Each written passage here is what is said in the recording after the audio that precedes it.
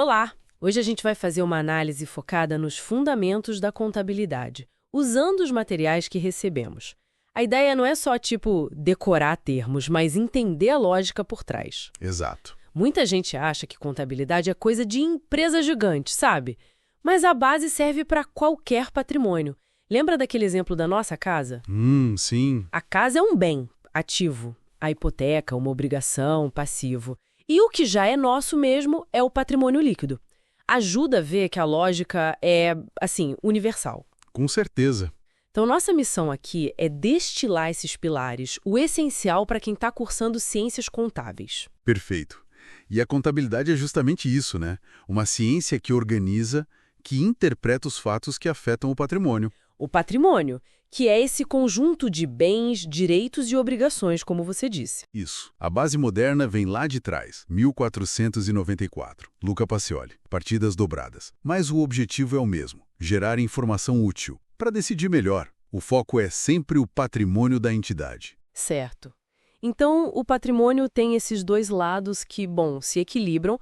De um lado, o ativo, Certo. que é tudo que a entidade tem, possui ou tem direito a receber. Dinheiro em caixa, estoque, máquinas, até o que um cliente deve para a gente, né? Exatamente. Os bens e os direitos. E do outro lado, o que temos lá? Do outro lado vem as origens desse ativo. De onde veio o dinheiro para ter tudo isso? Uma parte vem de terceiros. As dívidas. Isso, as obrigações, o passivo. Dívida com fornecedor, empréstimo no banco, imposto a pagar. E a outra parte vem dos donos mesmo, é o patrimônio líquido, o PL. O PL, que representa o investimento dos sócios, então. Exato, é o capital próprio. É o que, digamos, sobra do ativo depois que a gente paga todo o passivo. E aí entra aquela equação famosa, né? Ativo igual a passivo mais patrimônio líquido. A igual a P plus PL. Essa mesma. Parece simples, mas por que isso sempre fecha? Quer dizer, o que garante esse equilíbrio o tempo todo? Olha, ótima pergunta. O equilíbrio vem do próprio método de registro, sabe? As partidas dobradas que a gente vai comentar. Ok.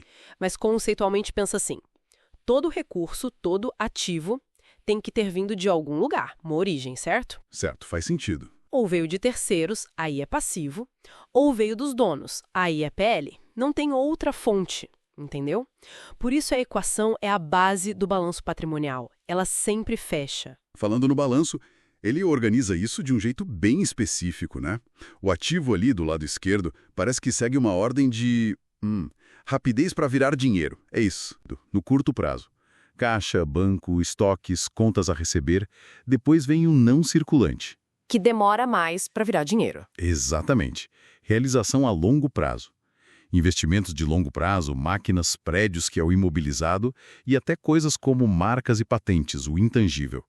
É interessante como só a ordem já conta uma história, né? Verdade. E o lado direito, passivo e PL, qual a lógica ali? A urgência de pagamento. Perfeito. É a exigibilidade. O passivo circulante tem as dívidas de curto prazo, as que vencem logo. Fornecedores, salários a pagar, impostos. As mais urgentes. Isso. Depois o passivo não circulante, com obrigações de longo prazo, tipo financiamentos maiores. E por último, lá embaixo, o patrimônio líquido. Que é o capital próprio. Ok, essa é a foto do patrimônio num dado momento. Mas ele muda o tempo todo, né? Como é que a contabilidade acompanha essa dinâmica? Através do registro dos fatos contábeis. São os eventos que de fato alteram o valor do patrimônio, seja no ativo, no passivo ou no PL. Então não é qualquer coisa que acontece na empresa. Não. É importante diferenciar dos atos administrativos. Por exemplo, contratar alguém é um ato importante para a gestão, mas só vira fato contábil quando gera um pagamento de salário ou a obrigação de pagar, entende? Tá. Precisa ter valor monetário envolvido e alterar o patrimônio. Exato. E esses fatos alteram o balanço de jeitos diferentes. Como assim? Bom, a gente tem os fatos permutativos. Eles só trocam um elemento por outro. Pensa numa compra de estoque à vista. Ok. Sai dinheiro do caixa, Aham. que é ativo, E entra estoque. que também é ativo. O valor total do PL não mudou, percebe? Só houve uma troca dentro do ativo. Entendi. Permuta. E os outros? E temos os fatos modificativos. Esses sim, modificam o PL, aumentam ou diminuem. E como eles fazem isso? Geralmente através das receitas e das despesas. Uma receita, tipo uma venda, aumenta o PL. Uma despesa, como pagar o aluguel, diminui o PL. Ah, então é aí que entram as receitas e despesas.